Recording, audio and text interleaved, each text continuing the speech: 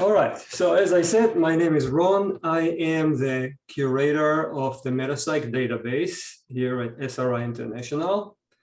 And today we'll be talking about editing pathway genome databases.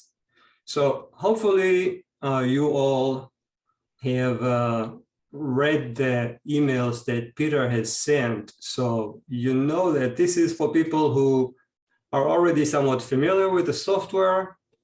Maybe you even generated your own database, and at this point you want to just a moment. You're showing your editing version, the editing screen of your PowerPoint. I know. Because I'm going to shift often between pathway tools and PowerPoint, I think I'm just going to show this instead of full screen and then have to get out of it pretty often. So again, you might have already created a PGDB or a pathway genome database, and you're interested in learning how to edit it. Maybe you haven't done it yet, but nonetheless, you want to get into the editing mode. So I already posted in the chat session this link here. So if you wanted at some point to get a copy of this presentation, you can download it from there. And let's get started. So I'll start at the very beginning, how to start the software. If you've installed it, and I guess I should mention this, Peter has sent an email a few days ago asking you to download the very latest version of the software, version 25.5. And the reason is that during this presentation, we will be doing all kinds of exercises. I mean, it's optional, you don't have to do it, but it will be more useful for you if you did that. And for the sake of these exercises, we need an editable database. And I'll show you how to get one. And for this, you need the latest version of the software. So hopefully you have it on your computers, and feel free to follow me as we go through it and repeat what I do. So when you install pathway tools, it installs multiple ways to start the software, shortcuts or aliases. If you have Linux or Mac, you have one way to start it in a web mode. That's not relevant for editing. If you have Windows, you have only two options, like the other versions also have these two options. One is mentioning Lisp in the name, and the other one doesn't. So as a curator or an editor, I highly recommend starting the software with the Lisp option. So I actually changed the names of how it's installed on my system at some point, so it's not going to look exactly the same, but you'll choose something that says Lisp in it. And what it does, it starts the Lisp console. So when it starts, it runs through a few things. It scans to see how many databases you have in your system. It looks if there are any patches from SRI that it needs to install. And you end up with a command prompt. And that's different from the other way you started, where it actually goes into what we call the GUI, or graphical user interface, or main window. So here, if I wanted to get to that main window, I will type the command PT for pathway tools in parentheses and hit enter. And this main window or GUI will pop up. One thing to notice is that these two windows, they coexist, but the focus is only on one of them. So as soon as I started the main window, this becomes inactive. Okay, and there is a way to shift the focus between these two windows. So if you happen to have a break key on your keyboard, you can hit it. I know you can't see it, but believe me, I'm hitting the break key on my keyboard, and you get this. It says received a keyboard interrupt, and I'm back at the command prompt here. And this now is inactive. I can't do anything here. So it's either this one or that one. If I want to go back to the main window, it tells me here, select using column continue. So I actually need to issue a command. It will be column I can type cont. I don't have to type the whole word continue. And then I often would like to choose one of the options here. It gives me all kind of options of what do I want to go where from here. And that will depend on the situation. If we just want to continue computation, I can type 0, hit enter, and I'm back here. It's now responsive, and the Lisp is not responsive. So why am I telling you all this? It's because as curators, you would actually be interacting with this console. You would want to shift often between the main window and this one. And if you have started the software in the way that I told you, if you have to close this for any reason, the main window, the software is still running. Lisp is still here. You can still issue commands. And if you want to restart it, you can just do PT again, and you'll be where you were.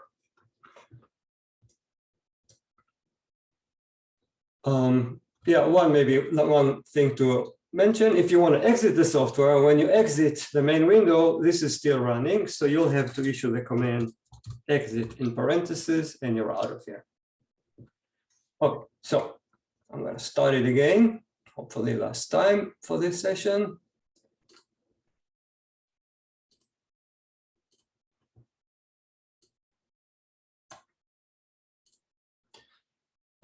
So why am I telling you all of this? Because right now I introduced that break, and I should also tell you, if you don't have a break key on your keyboard, that's not the end of the world. If you needed to move to this window, you can click here on the command line and type the word break in parentheses and hit enter, and you'll be back here, just as if you hit break on a keyboard.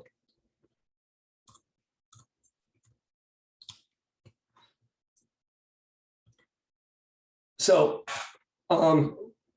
one of the reasons I showed you all this is because as curators, you'll need to interact with both windows. Another one is sometimes a break could happen without you invoking it. So the Pathway Tool software may encounter, especially if you're an inexperienced curator, you may do things that the programmers have not predicted. And if that's the case, then the software may not understand what you do. And when that happens, it will introduce a break on its own. It will jump in here and tell you something about what happened, and you're back in the prompt. So if you're not familiar with this, you may think that the software has crashed because, as I told you, once we shift into this window is not responsive anymore. And people who are not aware of all this, it's like, well, what's going on? Nothing happens. I click on things and nothing happens. They think the software crashed and they just kill their session and start again. They may lose data, but that's not the case.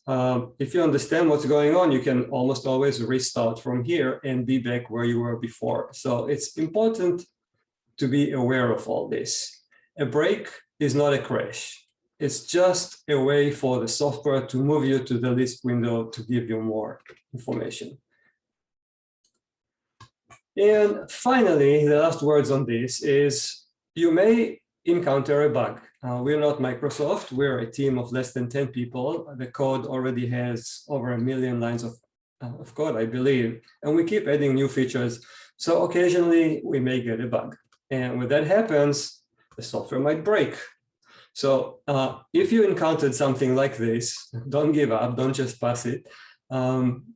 Once you're in here, you can issue this command. ZO is short for zoom, so it'll be column ZO, column count, column 15. That tells it to count 15 events back before the break occurred. And if we do that, let me show you.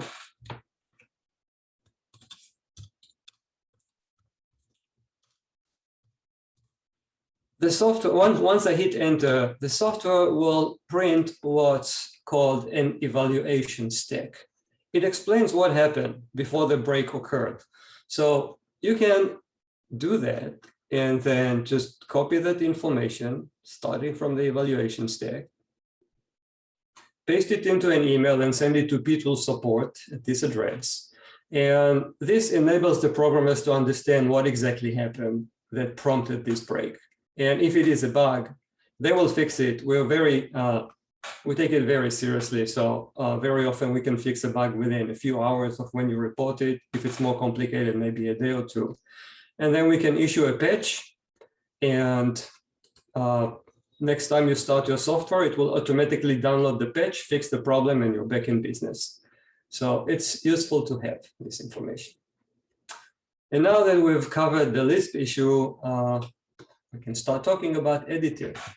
So most people, which I call users, use our databases in what we call navigator mode, which means you can navigate, you can explore, you can search, but the data goes one way, from the database to you. You have absolutely no ability to modify the data in the database.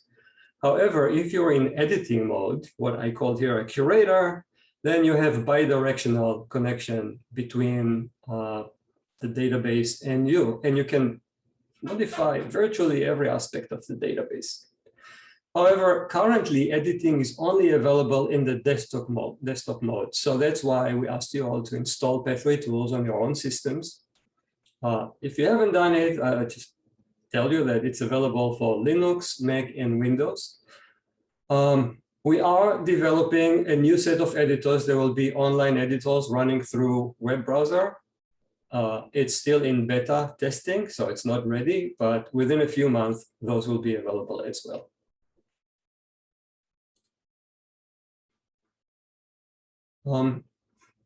I will not, I guess, not stop and ask if you have questions so we can move along, but Peter is checking the chat. And if you have questions, then just issue those questions on chat.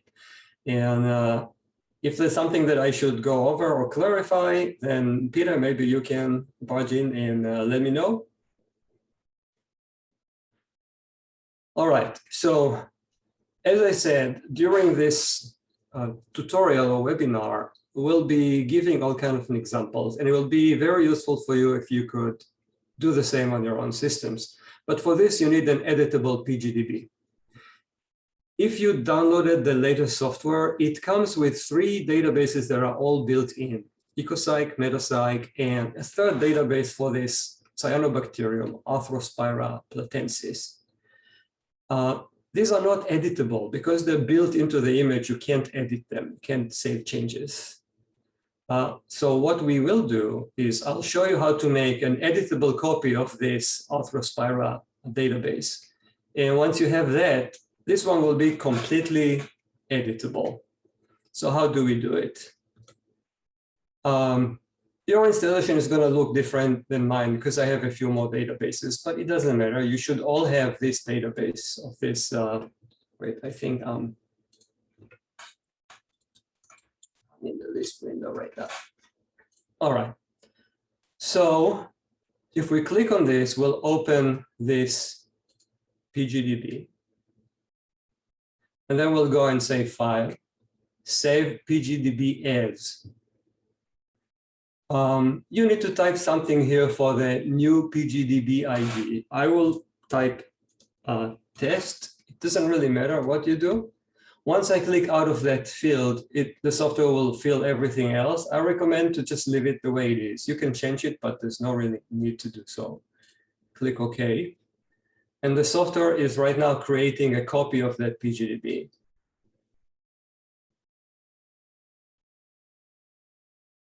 When it's done, we can click back on the Home button. And now you see that I have 2 databases for this. This one that says PSYCH is the built-in one. But the second one says copy, and under the source column, it says user. This is the new one, and it's fully editable. So let's select this one for the rest of this webinar.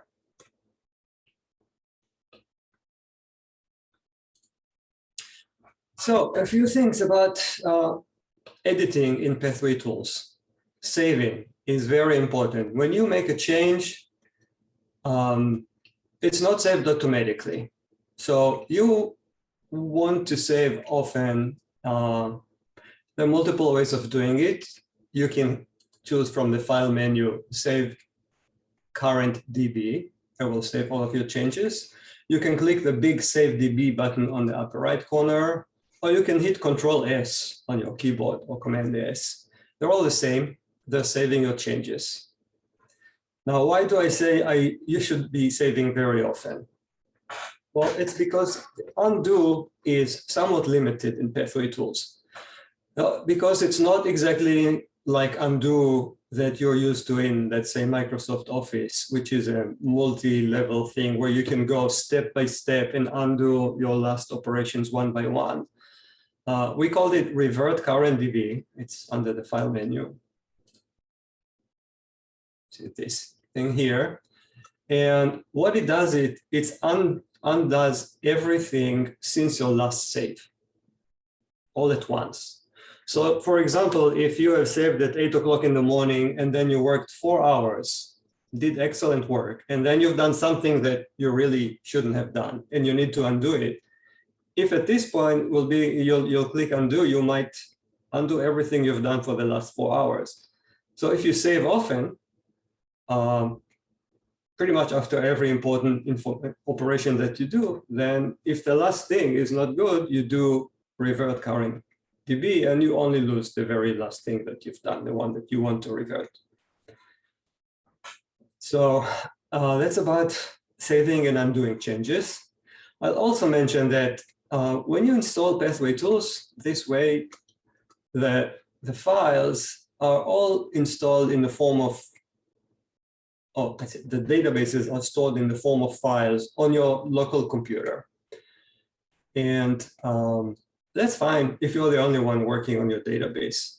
If you're in an environment that has multiple curators that might be working on the same database, that you might want to consider installing MySQL, or maybe Oracle if you have it. Most people use MySQL. Pathway Tools has a built-in integration with MySQL. It's not difficult to set it up. There are instructions online. We can help you with that. And if you convert your databases to MySQL, it's easier to work in a multi-curator environment. There are a few more commands that right now are great, but they will light up. You can list unsaved changes in a database. You can use something called checkpoint. So if for some reason you can't save, for whatever reason it is, there are commands that let you save only your modifications to a text file, which we call checkpoint file.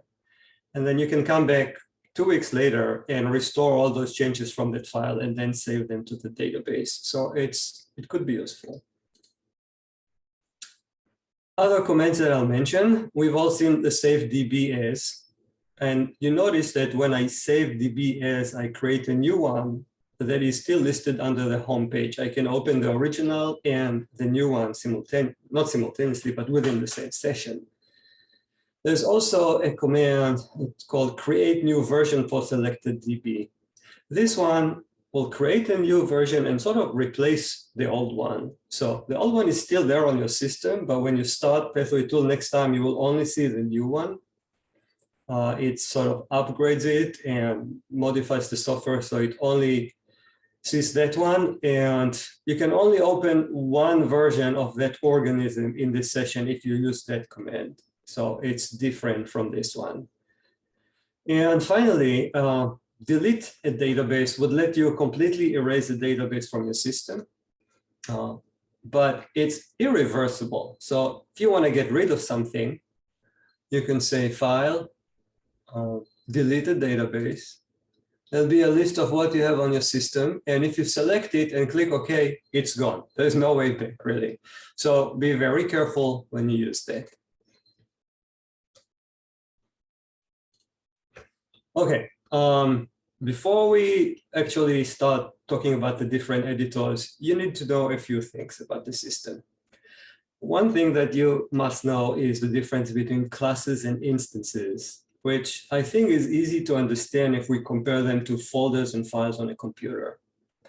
So instances, they describe specific objects. For example, if we think about the amino acid L-lysine, it's a very specific object. I tell you L-lysine, if you open your textbook or you have really good memory, you could probably draw the structure. There's no ambiguity. But if I say an amino acid, well, it's informative, but it's not very specific, right? Because there could be a lot of different amino acids. There's ambiguity built into the term. So an amino acid is a class, and N-lysine is an instance. And just like files and folders, where you can have folders within folders within folders, and you can have files within folders, but you can't have anything inside the file. It cannot nest another file or a folder. It's the same with classes and instances, which are shown here in red and blue, respectively. So you can have a class, it's something generic like a polypeptide, and then glutaredoxin is also a class, and a classical glutaredoxin or a reduced glutaredoxin. And then this class, a classical glutaredoxin reduced, is nested within these two because it's both a classical glutaredoxin and a reduced one. And finally, we can have, let's say, E. coli glutaredoxin 1, a very specific protein from E. coli. We know what the sequence is. It's an instance which resides within this class. Same here, a 1,2-epoxypropane is a compound, but there's ambiguity because it could be either R or S enantiomer. So these two are instances that lie inside the class. To make it slightly easier to see the difference, we try to use indefinite articles. So we'll call it A in metapsych or in biopsych. So it helps you. But we don't always do it because sometimes it looks weird. Like, for example, glucose is a class because it could be L-glucose or D-glucose. It could be glucopyranose or glucofuranose. So glucose is a class. But if we say a glucose, it sounds really weird. So we just call it glucose, even though it's a class. A few things. If you have a compound that has R in the structure, then it's definitely a class because there's ambiguity because R could be different things. For example, if we look at this reaction, we have an acyl-CoA, which is a class because we don't define what the acyl is, plus water, which is an instance, of course, becomes a carboxylate, which is again a class, and coenzyme A, which is an instance. And finally, many reactions in metapsych have protein substrates. Every single protein substrate in a metapsych reaction is always a class. Because imagine if we used a specific protein, let's say an E. coli protein in a reaction in metapsych, and then when we generate new databases, the software copies the reactions from metapsych to the new database. You might have a human database that has an E. coli protein in it. That's not good. So we always use protein classes like a reduced thioredoxin and or a glutaredoxin and so on. So those come into your own database, and as a result, all of the reactions in your database, once it's formed by pathologic, if they have protein substrates, they'll be classes. Okay, and the other vocabulary we need is frame. What are frames? Well, every object in the biopsych databases is called a frame, every single object. And each frame has a unique ID within that databases.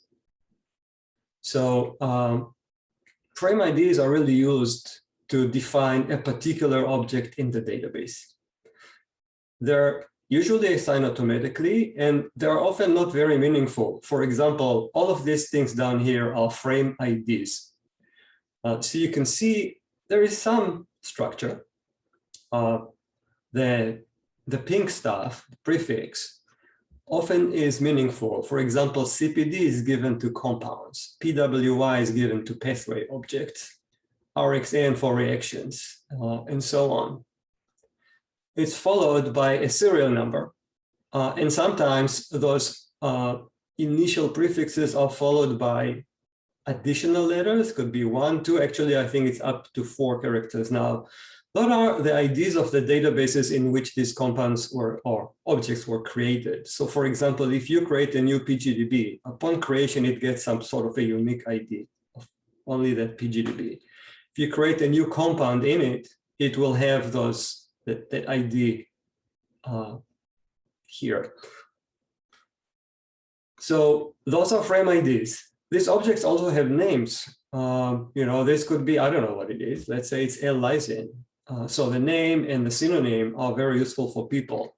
The frame ID is mostly useful for computer platforms, for the software. Even though I told you that we have this format, if you look around, you'll see a lot of objects that don't follow these guidelines. And the reason is that a lot of these things were created a long time ago, before these naming standards were defined. And we haven't modified them for backward compatibility reasons. So a lot of objects actually have different sort of names. Class objects also have frames and frame IDs. Often the software will ask us to come up with a class name. So we often give names that are actually understandable by people. So they're slightly different from instance frame IDs. You will often want to know what is the frame ID of an object when you do curation and use it in your curation. So how do you do that? It's pretty easy. So let me open this new thing. Let's say we're looking for L-arginine. So here is the compound. If I right click on the name right here, you'll see it says choose operation for ARG. This is the frame ID. Some of them could be long, and it would be really nice to be able to copy and paste them if you need to use them. So the way you do it, you select, so maybe I should be a little more systematic here. I right click on the name to get this. And now I left click on commands here. So if I left click on show, it will expand to all kind of options. And if I select show frame ID, it will be printed here in the Lisp window. So I can copy it from here, just do a control copy, paste it on the Windows clipboard. I'm using Windows. And then I'll be able to paste it wherever I need it. So that's how we get to frame IDs. You can do it wherever you see anything clickable, which is almost everything in pathway tools. So if I needed the frame ID of this pathway, I can right click on this, do the same. See, the frame ID of the pathway is here. If I need a frame ID for a reaction, I can right click on the reaction, do the same thing.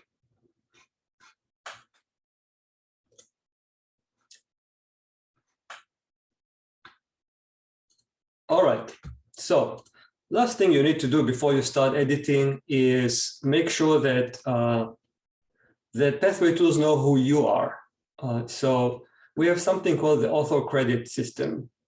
And it not only gives you credit for your work, it also makes it easier for you to work because it associates the things that you create with you.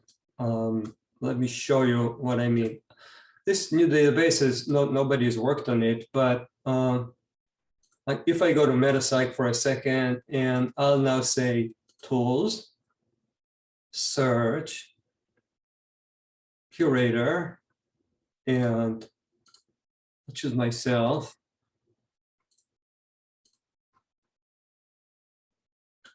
Then I have a list of all the pathways I worked on recently. I can also change it here to look at proteins and reactions. So also if I revised objects, I can go down and it will show things that I've reviewed or revised. So if I work on something, then take a break for a month, then I go back and it's like, I don't remember. What was I working on? Where do I continue? I can just look at my author frame and find out and go right there by clicking on it. So it's very convenient.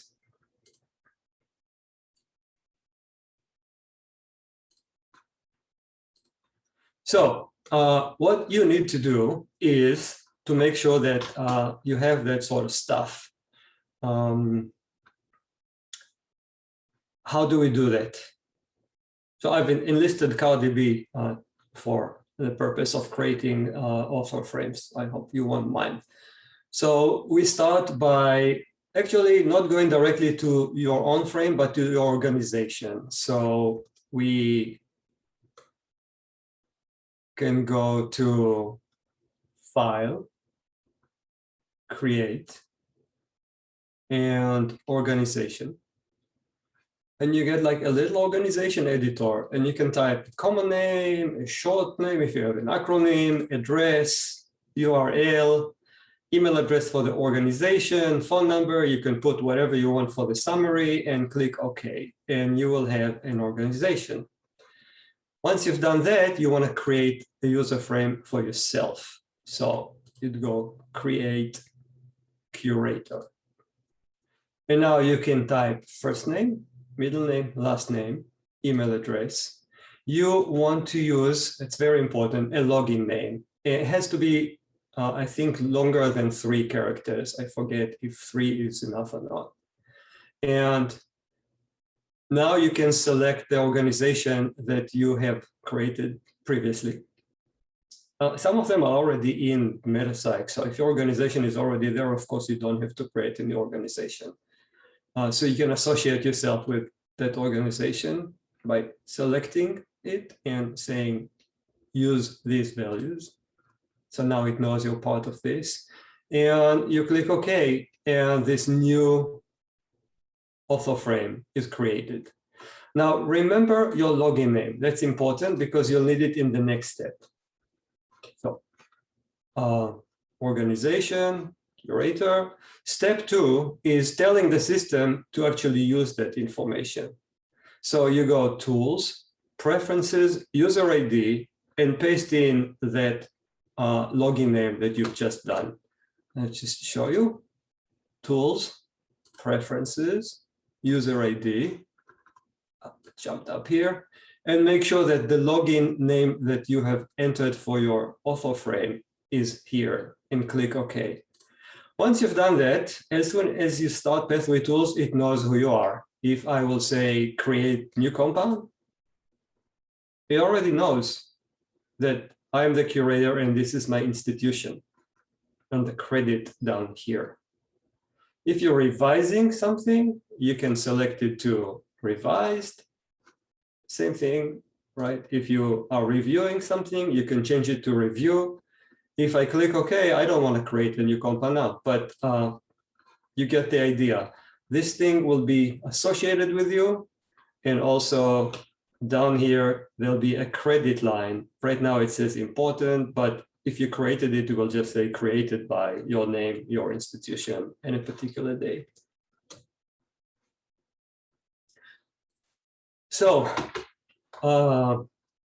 we're finally getting to editing.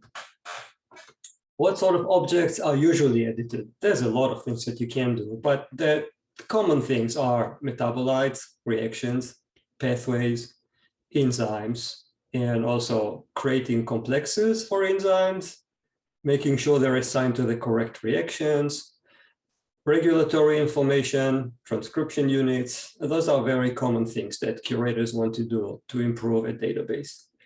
There's a lot more editors. This is actually a partial list. And of course, we're not going to go over every single one of them in this session. But just so you know, almost everything in the database can be edited, and there will be an editor for it. How do we get to the editors? Well, it depends whether you're editing an existing object or creating a new one. If you're creating a new one,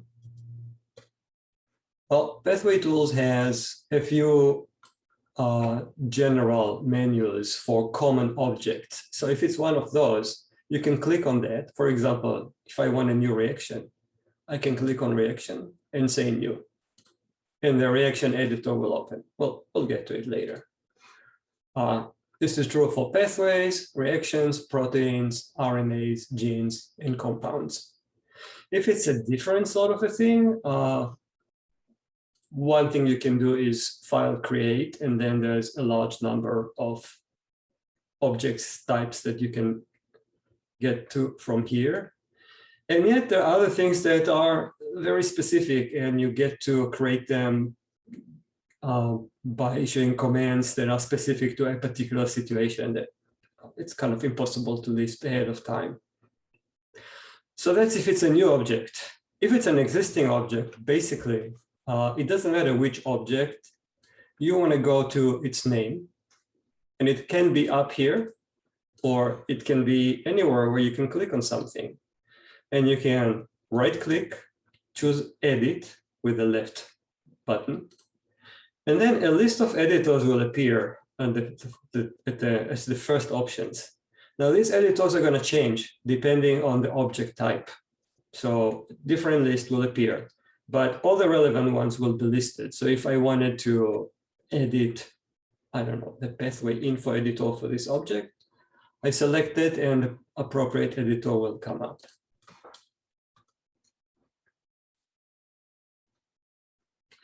Okay, so let's move to the first set of editors for compounds. The compound editor, let's just open it. So I'll say compound, or maybe I'll open it for an existing compound. So right-click on the L-arginine and selecting Edit Compound Editor. What does it let us do? Everything except for actual structure of the compound. So we can classify the compound. If I click on the class up here, it opens the compound ontology. It could be a little daunting at first, but if you knew you're adding an amino acid, you can search for, let's say, an amino acid and click search. And all the appropriate classes will show up. So I can click on this, it'll show me where it is, and I can select it and click, okay, I classified it. Now, if there are more specific classes that are nested inside it, then I don't have to select it. The system already knows the hierarchy. So even though amino acid is not selected here,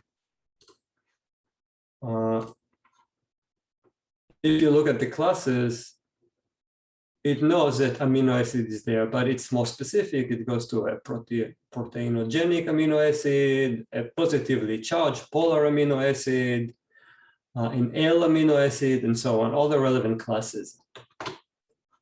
So classifying is one thing. Why is it good? Because, if you create a reaction that involves all amino acids, you use a master class in L amino acid, the system knows that this is relevant to that. If people are searching for things on a database, it's always good to have proper classification. Other things you can specify in this editor are the common name and synonyms.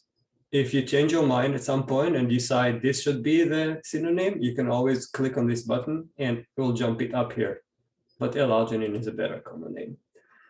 You can define an abbreviated name, a systematic name, which usually would be the IUPAC name for more complicated compounds.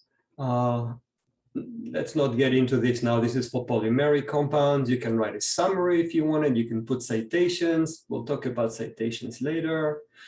You can put links to external databases. You can add as many as you want, and there's a list here. You can also, there's a way to define new ones if you can't find the database you're looking for. There is the credit thing here. You can always add yourself for something if you feel the need to.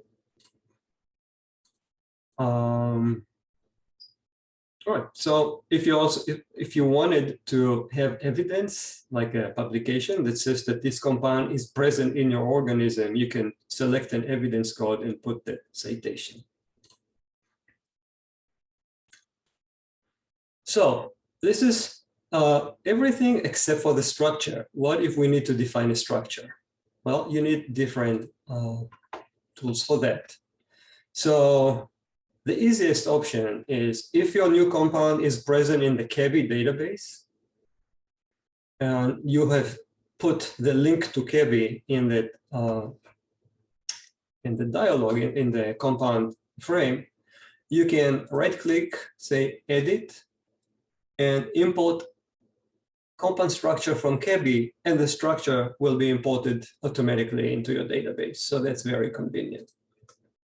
If it's not in KEBI, well, then you need to draw it. So there are two ways to do it. One is you can install any freeware desktop program that you want, for example, ChemSketch. draw the structure, and then save it as a mol file. And then you can right-click on your new compound, select Edit, import compound structure from mol file, and it would read the structure and bring it in. This is the link, by the way, for ChemSketch. Now, if you're more serious about it, you want to do it more conveniently, then you may want to consider getting a license from ChemAxon for the software called Marvin, JavaScript Structure Editor. It's a JavaScript tool. It requires installation and a license. They often give licenses free to academics. And if you've done that, there's a way to integrate it into Pathway Tools. This link here gives instructions how to do that. That's very convenient because then you can right-click on a compound and say Marvin.js Compound Structure Editor. It will open it in a web browser. You can draw the structure. When you're done, you click Submit, and it goes right into Pathway Tools. And you can do that to modify existing structures or enter new ones. It's very convenient, but it requires more work ahead of time. All right, couple other things. If a compound is not in your database, but it's existing, let's say in Metapsych, or in another database, you can import the compound from Metapsych instead of creating it. So let's just go to Metapsych.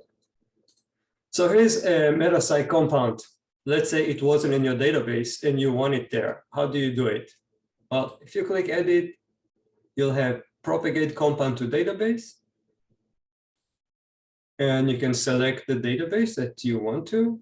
I'll not do it now because this compound happens to already be in the database. But once you select it, it's propagated from Metapsych to your database and you have it. So you don't have to draw things from scratch. The other thing is, if you do have to create a new one, it's complicated structure. You don't want to start drawing it from scratch. You have something very similar. You can go to the similar compound and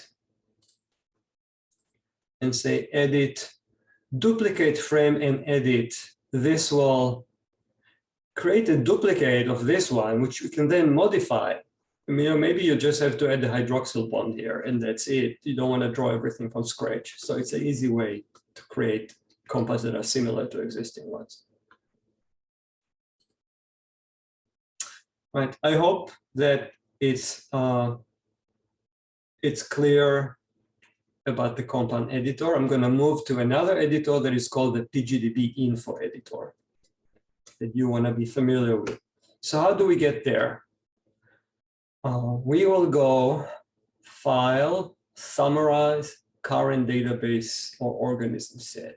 And you get to this homepage of your database. If you right-click on that and say Edit, you'll have the PGDB info editor. So what's here?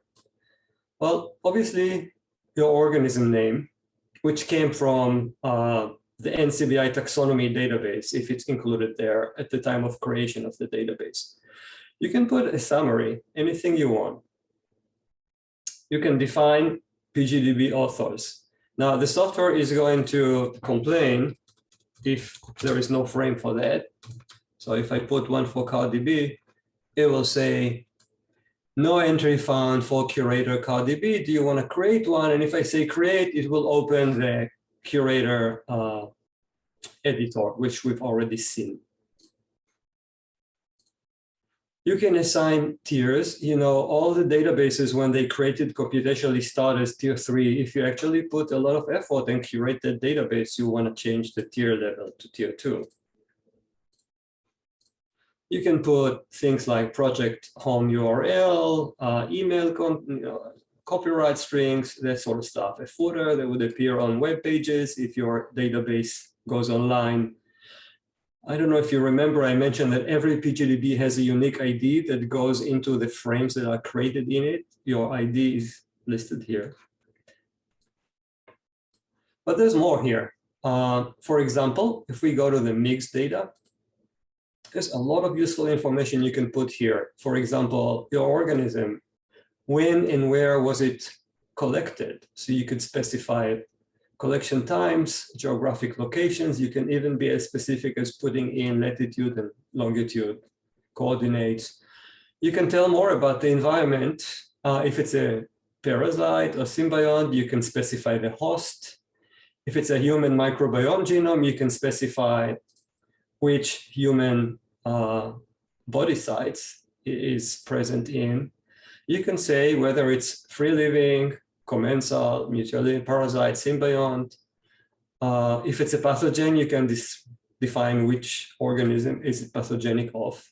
You can define trophic level. For example, I believe this cyanobacterium is an autotroph, and I think it's aerobe. So we can do that. I also think it's a mesophile living in normal temperatures. So if I do that, that information now appears here. You see it now added aerobe, autotroph, mesophile, free living, and so on. And last thing you can do here is the last tab is annotation data. We try to put that stuff automatically from the input file to pathologic, but if for some reason that wasn't available, you can add this information here. So annotation pipeline, annotation method, provider, date, and so on. So I think this is pretty straightforward. Hopefully no questions. If so, I remind you, you can ask them by chat and Peter Mitford will answer them.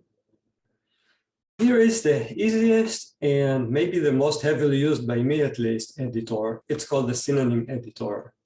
All it lets you do is change the synonym. So if I go edit, Synonym Editor, I can copy things from here if I wanted the name, or I can make any of the other synonyms become the common name.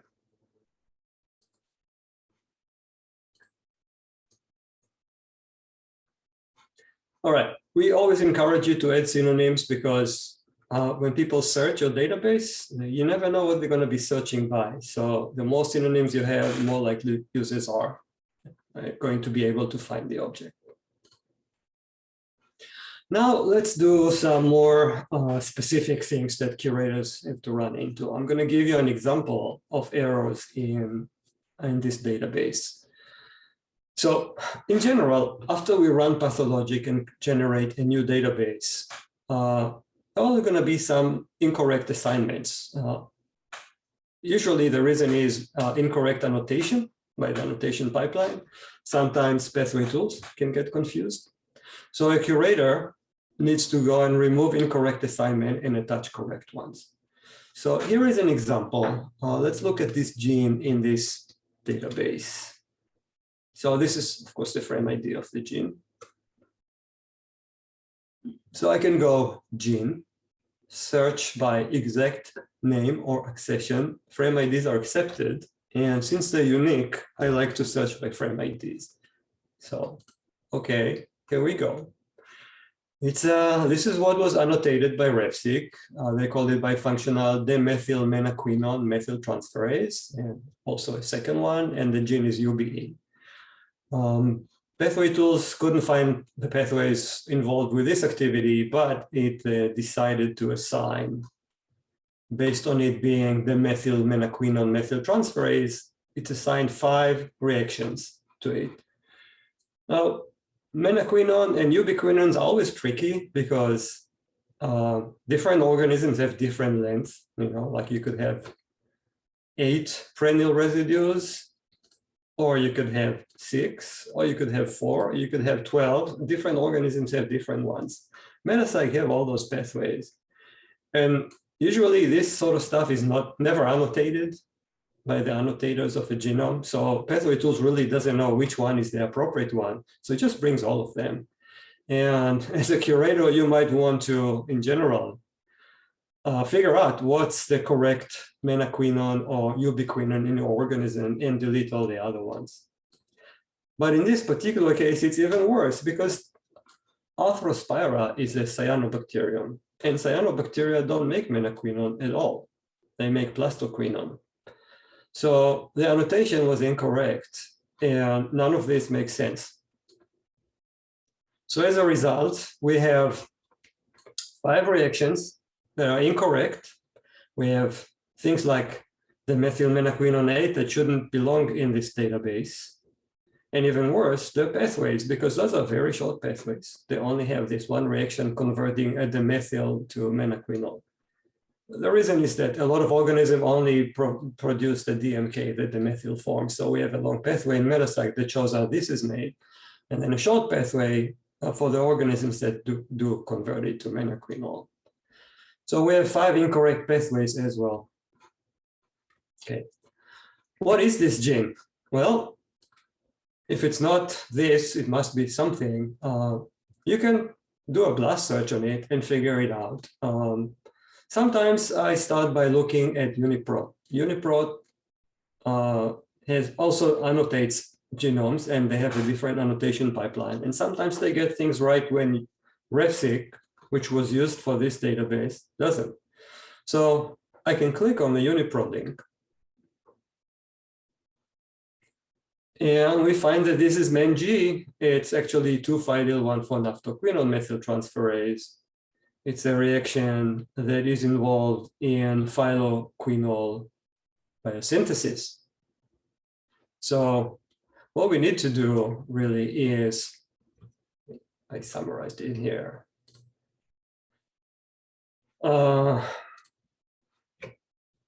We need to change the gene name to MENG. We need to change the enzyme name to the correct activity.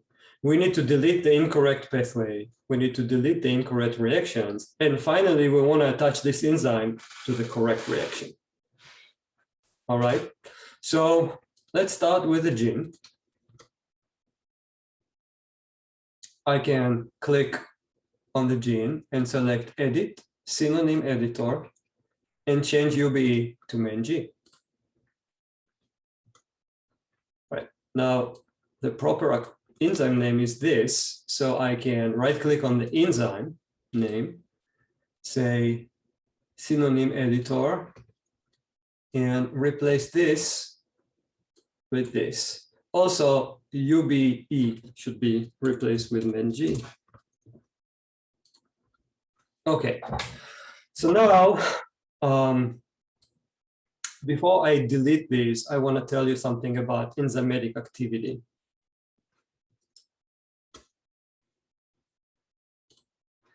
So enzymatic activities in BioStack databases are actually their own object.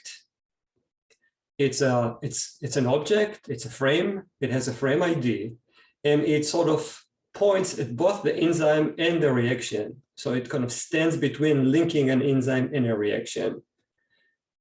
Again, it's an object, it's a frame, it has a frame ID, and the frame IDs are in the form of ENZ RXN for enzymatic reaction. They also have common name, which is what people will call the enzymatic activity.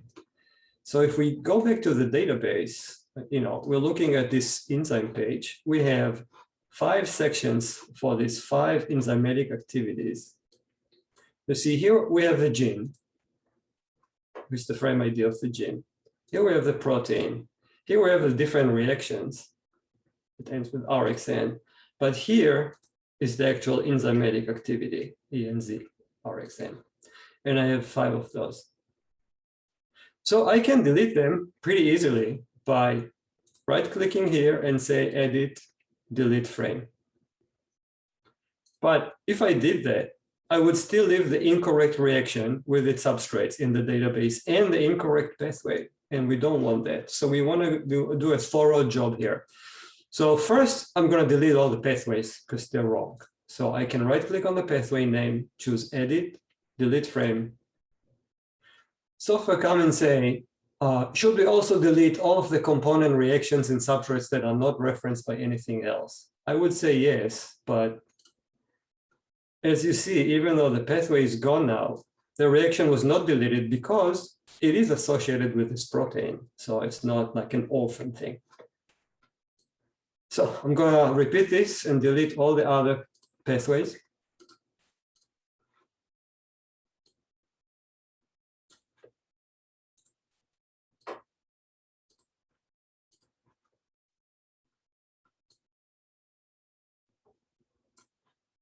2 more to go.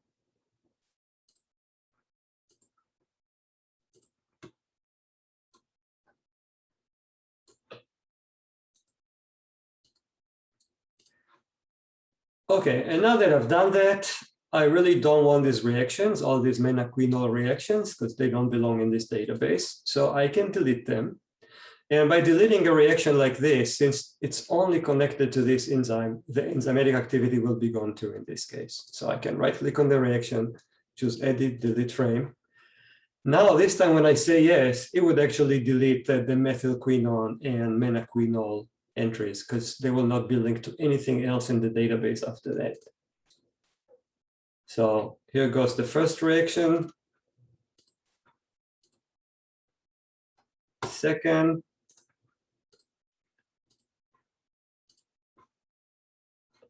Third.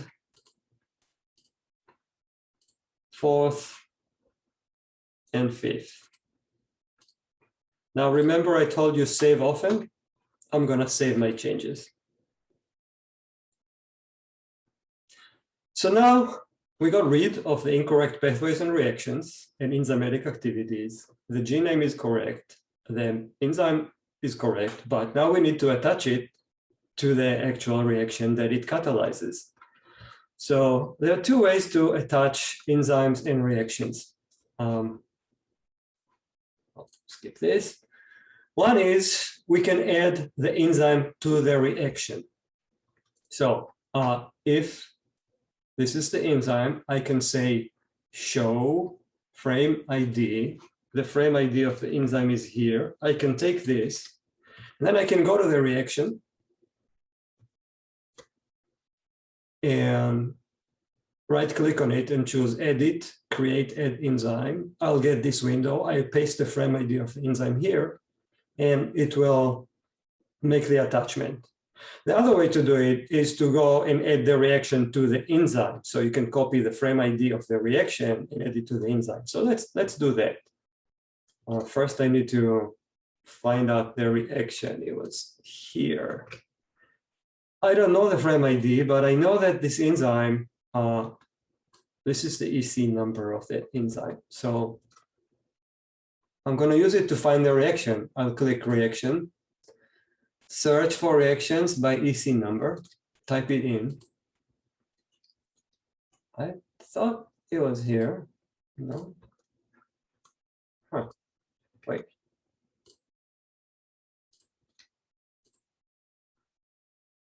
Oh, there was no reaction. There is only EC number, but I thought that reaction should be there. I think maybe it's not the right reaction. Yeah, all right. Sorry, guys. Here it is. This is the reaction we need to actually add. This was the one that we just deleted. Okay, that explains it. So once again, search reactions for EC number. And the reaction is there. It's actually in the phyloquinol biosynthesis as we expected. And here it is. It's what we call an orphan reaction here because there's no enzyme attached to it. Or you can also call it a pathway hole. So I'm going to show the frame ID of the reaction, which is this. I should say that if the correct reaction is not in your database, you can search it in Metacyc and export it. If you remember that, but we can change to Metacyc, search for a reaction, and then we can, I'll do it. That's not going to happen. That's the reaction. And we could say edit, propagate reaction to database, bring it to our own database, and then go back and finish the work once we have that in the reaction. Where's the copy?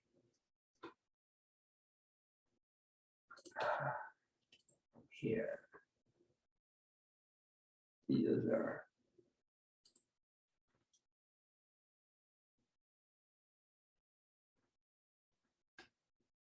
Okay. So, sorry. So here's the reaction frame ID. Let's go back to our protein, and I will click on it and say edit. add reactions. I'll paste in the frame ID of the reaction. And then what will happen now is the attachment is made and the protein editor opened. So we're going to talk about protein editors next. But for now, if I just try to close, it will tell me, error, you must supply a valid activity name for each enzymatic activity. So we'll talk about it a lot more in a second, but I will have to click on enzymatic activity and type in the activity name. But what if I don't remember right now? I'm not sure. Well, let's put a temporary thing. So it would let us quit this editor.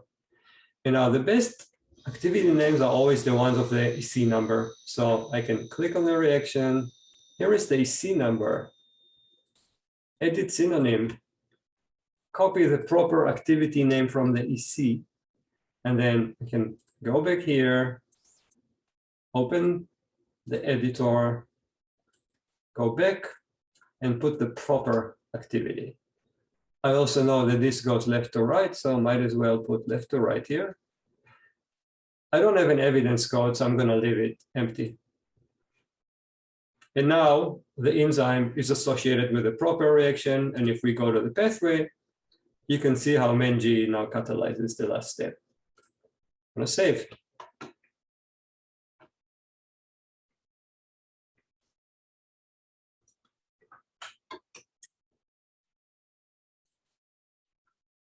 All right, so that does bring us to the protein editor. So what's there? There are actually two versions of it, depending whether we're editing a monomer or a complex. The monomer has 4 different tabs once we open the editor. The first one is called protein, second one is called enzymatic activities, third one is gene, and the last one is for modified forms. If it's a complex, the first one is now split into 2, complex and subunits, instead of just protein. So let's open a protein editor. So let's go with any protein, it doesn't matter. This is a non-curated database, so there's not much in here. On the first tab, we can edit the enzyme name. It's classified right now as a polypeptide, but there are a lot more. We will talk about it probably in the next webinar, not today. Probably should just leave most of them as polypeptides. If this is not an enzyme, I don't know, let's say a DNA binding protein, transcription activator, something that is not enzymatic, but there is evidence code in a paper, you can define the evidence code for the activity of this particular protein and provide a citation here. You can put synonyms, citations, you can write summaries, you can add experimental molecular weight if there is one. You can define links to other protein databases. Usually a lot of them will already be filled from the pathologic process. If the initial methionine is known to be cleaved, you can specify that. You can add Go terms that will describe molecular function, biological process, and cellular component, otherwise known as location in the organism. You can define protein features, you can define the copy number, the PI, so all that information can be entered here.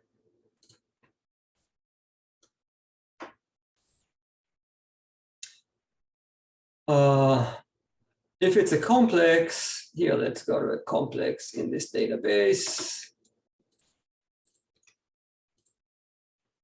Then you see this is urease, which is made from 3 subunits. So if I open the protein editor, as I said, we have 2 different tabs. This one is for the complex, so it doesn't have a whole lot. Has some of the similar filter we've seen. If we go to the subunits, now we have 3 sections.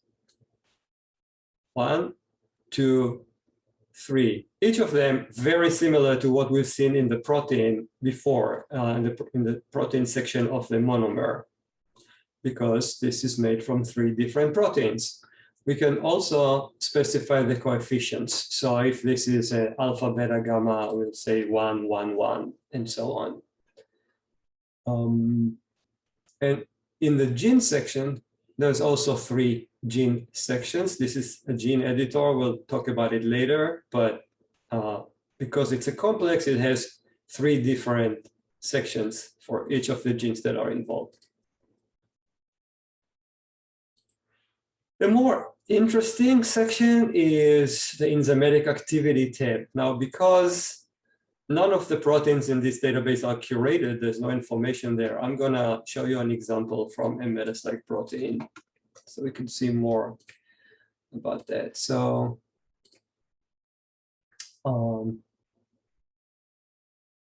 protein.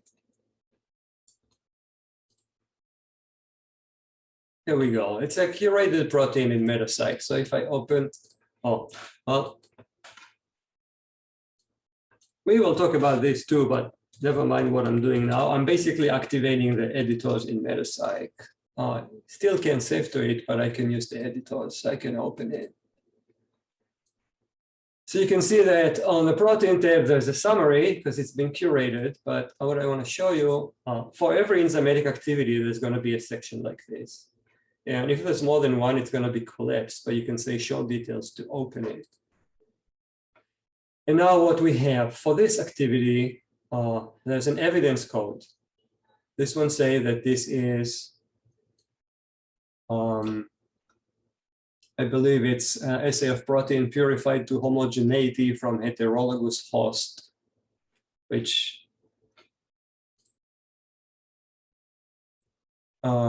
I just erased it here.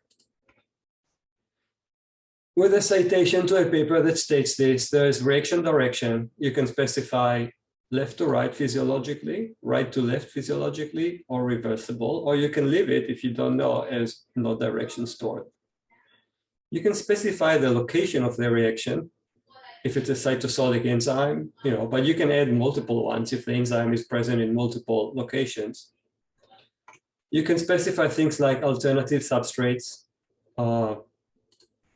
activators, inhibitors, cofactors.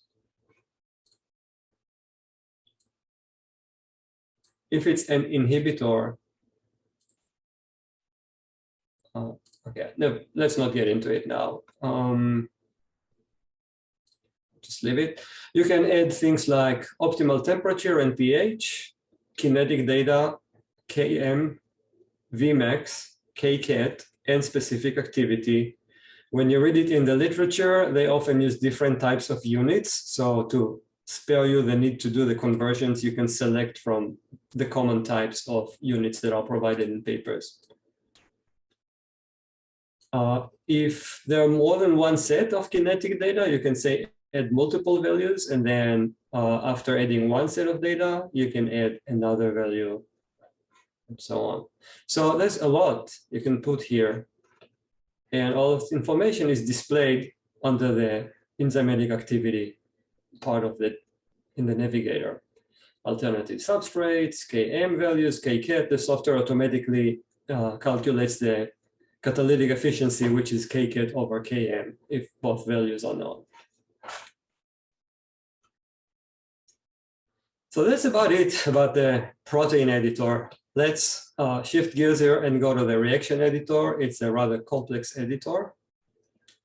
So let's look at a reaction and open it in the reaction editor. So you can specify the conversion type. Usually it will be a chemical reaction, but you can do a transport reaction, electron transfer reaction, redox up. There's a whole bunch of things you can do here. If there's any C number, you can mark it here. This of course describes the reaction. You can say whether it's unidirectional, left or right, reversible, or leave it unspecified if you don't know. You can specify the reaction location. So if you know that this reaction is only happening in the cytosol, you can leave it like this. If you know it only also happens in other locations. I can click add additional reaction location and choose from a very large selection of potential cellular locations. You can specify spontaneous reactions, say whether it's physiologically relevant or not. You know, if it's a synthetic chemistry reaction, then you obviously don't want this. You can write summaries, put citations, put links to reaction databases. So there's a lot of information you can do here. Now, I want to show you how you start from scratch. So if you have a reaction that you want to create, you can write it in a text editor and then just copy it into the reaction editor to create a new one. Notice you need to have spaces in between pluses or equal signs, but not within anything else. Of course, we would want, let's go back.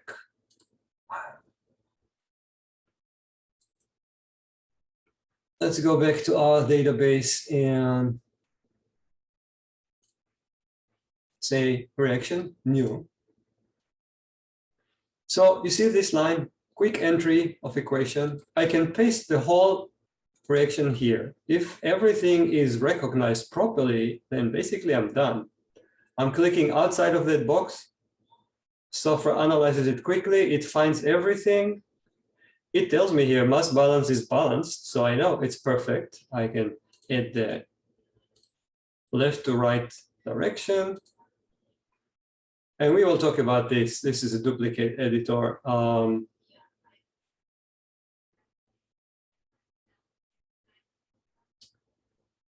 say delete now, but basically we created the reaction.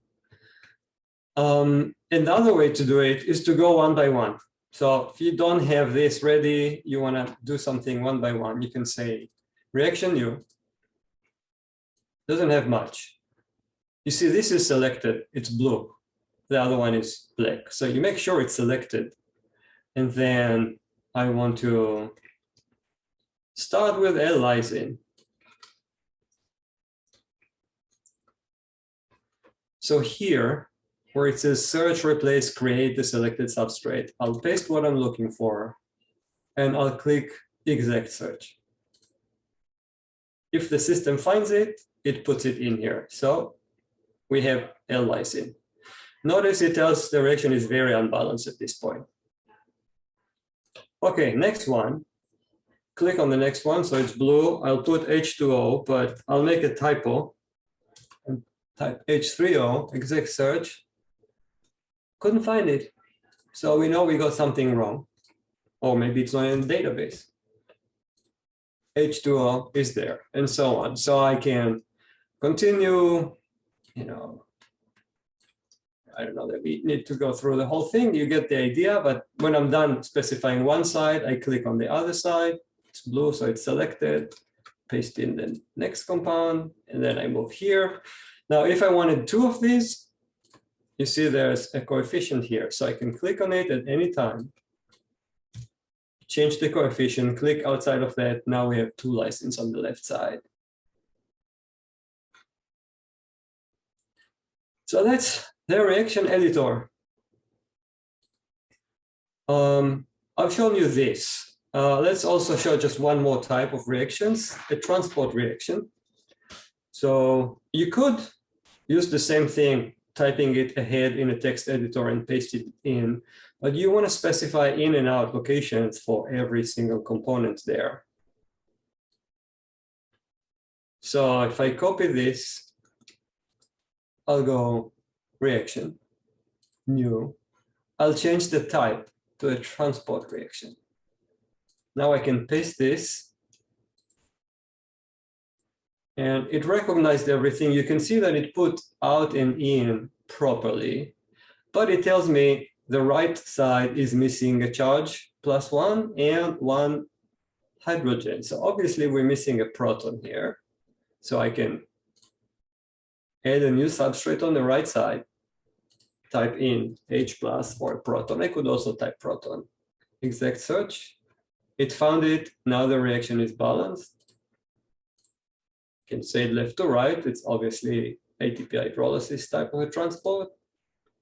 And we've created a new transport reaction that goes from the outside into the inside, bringing lysine while hydrolyzing ATP. If you want a more specific name, you can click on the Synonym Editor and add a name like ABC type L lysine importer. And now that's how it's called, this reaction. Okay, so when I showed you the first case, when I created the new reaction, you noticed that duplicate checker window came up and told me something. So let's talk about it. It's really important to not duplicate entries that are already present in the database. Because if there's already a reaction, same reaction or same compound in MetaPsych or in your database, you'll end up with having multiple objects that describe the same biological or chemical entity. That can only cause troubles when you do, if you ever develop a model for your organisms, or many different problems, really. So we went to some sort of an extreme to try and help you to avoid duplications. And for this, we have what we call a duplicate checker. So those are duplicates we don't have in MetaPsych, by the way. So you enter a new reaction or compound. As soon as you submit it, the duplicate checker will kick in and check whether the object is already present. If no, there's no action required. You'll never know that it was there. It doesn't show at all. It's done in the background. But it may find duplicates either in your current PGDB or in MetaPsych. So if it's already in your database, obviously you don't want to create a new one, and there's nothing else you need to do, just to use the old one. So it will give you the option of deleting the new object that you created, and makes it easy to identify the existing one. If it finds that the object exists but only in MetaPsych, it will give you the option to delete the new one, but automatically import that object from MetaPsych. So now it is present in your database and you can use it. So depending on these two cases, you get slightly different screens. Like in this case, let's make it bigger. In this case, a compound was entered and there was an identical match in MetaPsych. So the duplicate checker comes up, saying result compound duplicate. It says you entered this compound. It's just a structure. But there is a possible MetaPsych candidate, and here is the frame ID of the MetaPsych compound, synonyms, structure. If you want to make sure you trust this, you can click the show button and it will show the frame in MetaPsych. If you're going to use it later for a reaction, you probably would want to have its frame ID. So it's very useful to say show. And then you go and you right click on it and say show frame ID, copy it from the list before you do anything else. So you now have the frame ID. And then what you want to do is probably click this option, import the compound from MetaPsych, deleting the entered compound and exit. So now this one is done, it's gone. The one from MetaPsych has been imported to your database. And if you've done what I said before, you have the frame ID, you can go ahead and use it in a reaction or whatever need you might have. Sometimes the duplicate checker may be invoked not when you create an object, but when you perform something else, some sort of an editing thing. And all of a sudden it discovers that you have duplicates already present in your database. It's not that you created, it's just you already have duplicates, and that's not a good thing. So when that happens, it gives you an option to merge the two items. So you can, it found this compound, CPD 13880, and it also found this one. So if you click on the selection box, you can select this frame ID. And so it will fill this statement, and then you can click on the merge button. And it will merge the two compounds into this frame. But what you do by merging, what you achieve is, if this compound was already referred to in reactions or pathways or even comments, like hyperlink in comments, it will update all of those things to use the new frame ID. So you don't lose anything. There's no breaks in the database. Everything will now refer to the new frame ID, and you'll end up with only a single object in the database. So this is mostly because at the same place on the web server where you can download a copy of this presentation, there's also a handout and a homework exercise if you'd like to do it. And when you do it, you'll run into these things. So this gives you a little more details. Like this is a case where you specify a new reaction, and the software finds that in the current KB, there is already a reaction that is similar. So again, it tells you can keep it, but the suggestion is to delete it. But again, before you delete, you might want to click show, open it, copy the frame ID so you know what that reaction is. Then you click delete on the new one. And if the reaction is in Metapsych, not in your current database, then you have these options. The best one is import, which means you will delete the operation that you're editing right now, which is duplicated, and you import this one.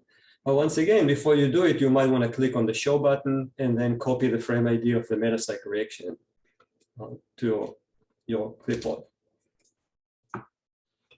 All right, and that brings us to the last type of editors we'll discuss today, the pathways editors. So there are two editors for pathways. One is called the Pathway Info Editor, and it covers basically everything except for the pathway diagram. The other one is called Pathway Editor, and it covers just the pathway diagram. So let's look at them. So I'll open an existing pathway in the Pathway Info Editor. What do we have here? We have, as always, a class button that lets us classify the new pathway using the Metapsych pathway ontology. If you're working a lot on curation, you might want to familiarize yourself with this. It's not huge, but it has, quite a few. A lot of these can be expanded. If you're searching for something, you can always type it here. Like if you're doing an antibiotic biosynthesis pathway, you want to classify it as such. Here it is. So you can select it and select antibiotic biosynthesis, unselect something else if it was. I click OK. I now classify it, which will be very wrong for L-fucose degradation, but now it's antibiotic biosynthesis. You can put evidence codes. So if you read about the pathway in a literature in your organism, you can select whatever, inferred from direct assay, regular tracer experiments, expression patterns, high throughput, mutant phenotype. There's a lot of options. Let's keep it this way. You can, of course, if there are multiple publications, you can put multiple of these. Once you fill the last one, a new one will appear. You'll never run out of this. You can write a summary. We'll talk a little bit more about summaries. You can put links to other pathway databases if that's relevant. This is this a Metapsych pathway? Yeah, let's go. Okay. You don't have any of this, but we've seen a few fields there that are only for Metapsych, so you don't care about them. Also, if the pathway is not completely experimentally verified, and there are some reactions that are hypothetical, you can mark that. You can click on this button, it will show all the different reactions, and you can say, well, this one is hypothetical. It will mark it on the pathway diagram. Where did I put it? Here. See this one? Hypothetical.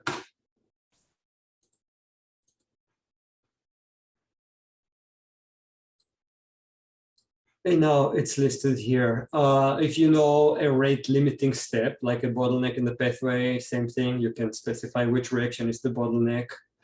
If you have a lot of enzymes in your database that are attached to the same reaction, that's not the case here, but sometimes it's the case. And you think that for this particular pathway, you only want to show some of them or one of them. That can happen because, for example, some reactions are bidirectional, but organisms may have one enzyme that catalyzes in the forward direction and one enzyme catalyzes it in the reverse direction. And in a particular pathway, only one of those isozymes participates, but the software doesn't know it, it will show both. So if you have the frame ID of the enzyme, like let's say, I don't want to show this enzyme. So here's the frame ID of this enzyme. I can go back here and say enzymes not used in this pathway. This was 045, so I'll identify it in the list, say use, click OK, and now it's not shown anymore. So you can hide it. So that's the pathway info editor. And when you create a new pathway, this is what you will get. I say new metabolic pathway, the info editor will come up. But once you're done with that and click OK, a new editor comes up. That's the pathway editor. This is the one that would let you actually construct the pathway. So for this, we need reactions. Let's say I wanted to create this pathway. Let me show the frame IDs of all the involved reactions.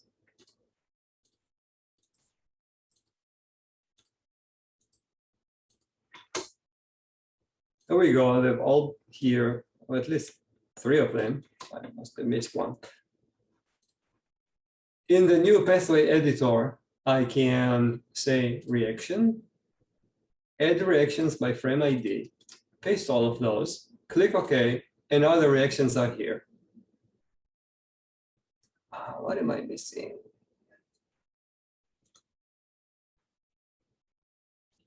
4-hydroxy naphtha, that's the first one, right? 2-carboxy, that's the third one. The second one, it's the third. Okay, the last one didn't come through, that's fine. So I want to build the pathway. This is the first one, this is the second one, this is the third one. So I start by clicking on the first reaction. It becomes red, and every reaction that can be connected to it becomes green. When it's a complicated pathway, there might be a lot of green ones because it still doesn't know what we care about. So if there was water in here, water can be connected between reactions that contain water. So if there were 5 reactions that contain water, click on one of them, the other 4 will be highlighted in green. So you always want to pay attention which one should be next. But anyway, in this case, it's simple. I just click on the next one, on the green one. And it made the connection and jumped both reactions in here. Well, I want to continue, so I click now on the last part of the pathway. The last reaction, again, is highlighted in red, and whatever can be connected to it becomes green. I can click on the next one. In this case, very simple pathway, right? So nothing else to do. Click exit, keep changes, and I've just created a new pathway. Pretty straightforward.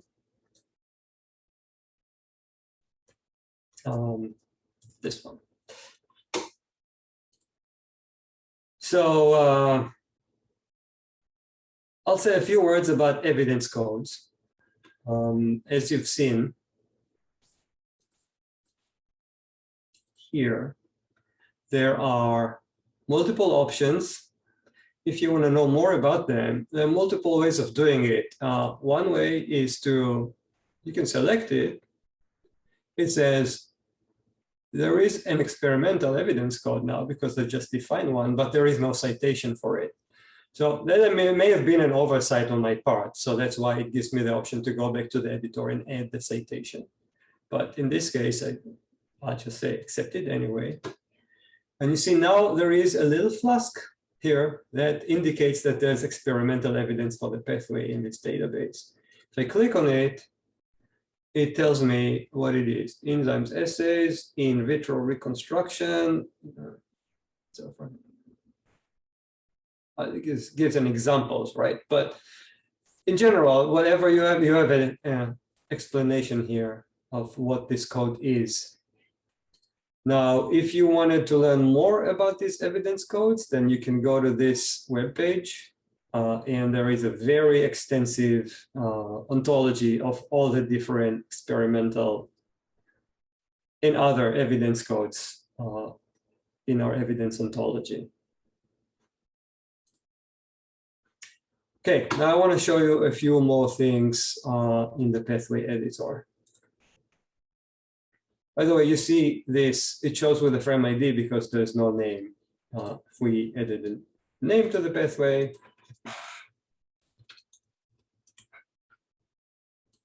it'll show up there. So let's go to the pathway editor. First of all, if you want, you can restart from scratch. Let's make it a little smaller. So I'm unhappy with what happened for whatever reason. You can say, disconnect all reactions. Okay. Now, maybe I did it because it didn't connect it the way I thought it should. I can do more. For example, I can help it figure out what should be the main things here. So I can right-click on the reaction and say, choose main compounds for reactions. And I'll say, you should start with this and go to this as the main product. So I give it some guidance. So if you didn't know before, now it knows that. Okay. There's also, you can build something we call super pathways, which are large pathways that are composed of multiple pathways. If you wanted to do it, you basically do it the same as I showed you, but instead of reactions, you will click on the pathway side and say, add sub-pathways by frame IDs. So you get the frame IDs of all the different pathways, paste them here, just like we did with reactions. Then you'll have different pathways drawn here, and you can click on the last reaction in one connected to the first reaction in the next one. And so you can build larger pathways from shorter ones. Just make sure you classify it as a super pathway. There's other commands. You can add things, both reactions and sub pathways by names, substrings, classes. I find all of them just a way to get errors. I strongly suggest get all the frame IDs first and use only this command. I hardly ever use, I have to say, any of these. There's all kinds of options, but you don't really need most of them.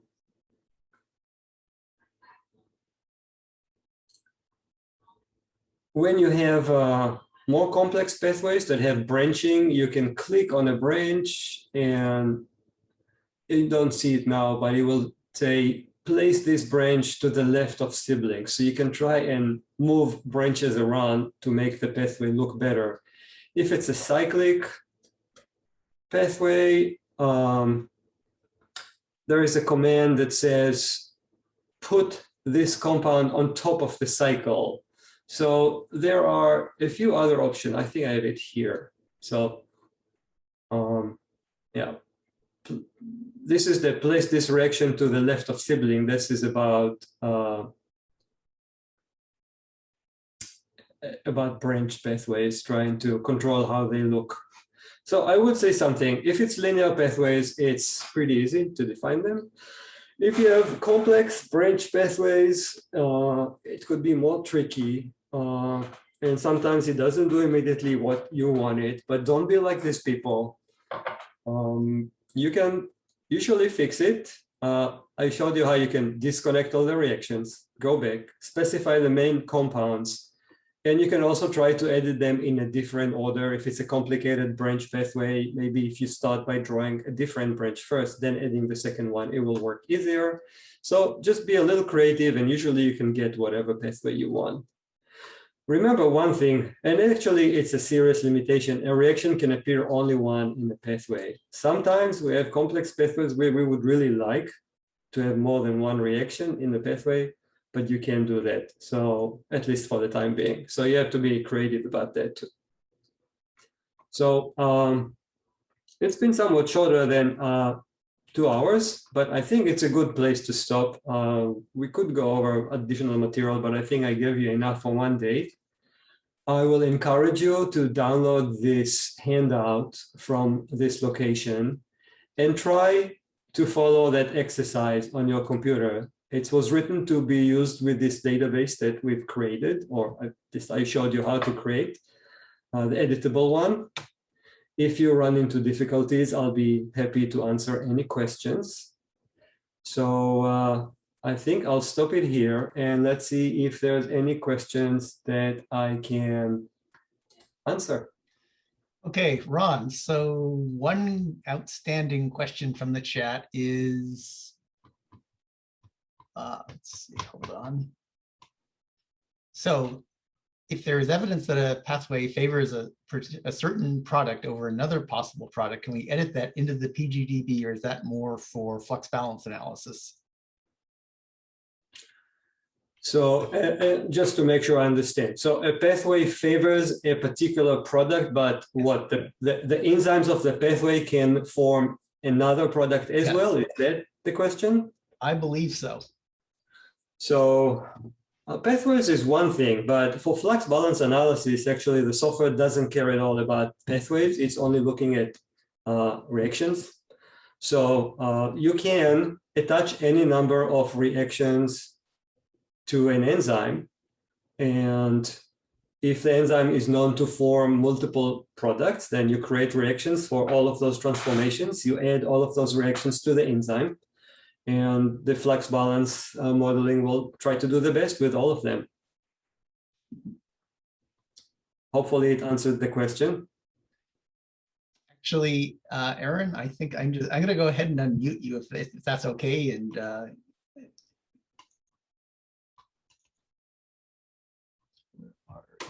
participants. There they are. Okay.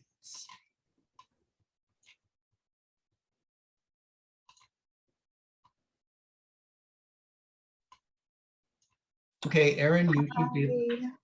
Yeah.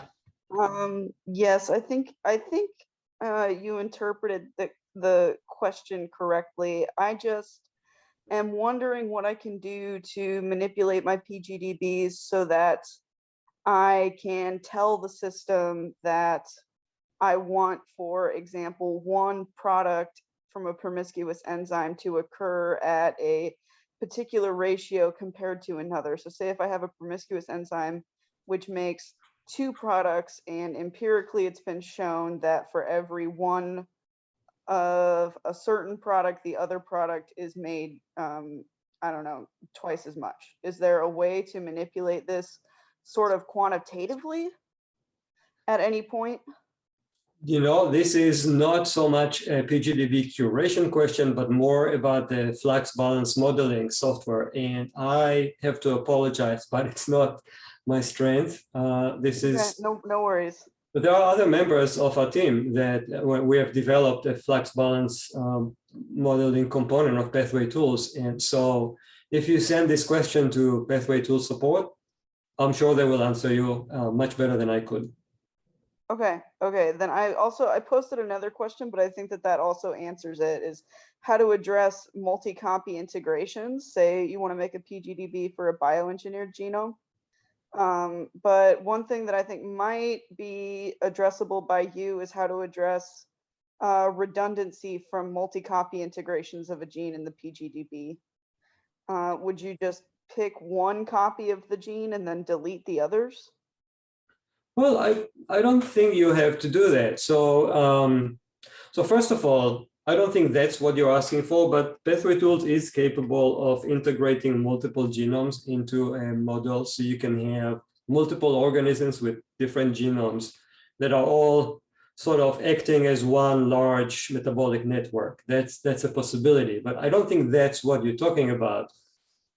If we just put a plasmid or introduced a few genes into a synthetic organism, then in general, you can just add those genes, or if it's difficult to deal with the genome, you can just add those enzymes, so you can create a new protein and create a new gene. In the next webinar, I'll show how to add genes and proteins that are not in the original genome. So this is something we could do. And then once those proteins are there, the reactions are there. So it doesn't matter how many genes are there that encode an enzyme. It's the important thing is. But for example, if I have a genome which has multiple copies of a single gene integrated into the chromosomes, do I have to address the redundancy of that PGDB from having multiple copies of the same gene? Will it use that and then predict the same reaction multiple times?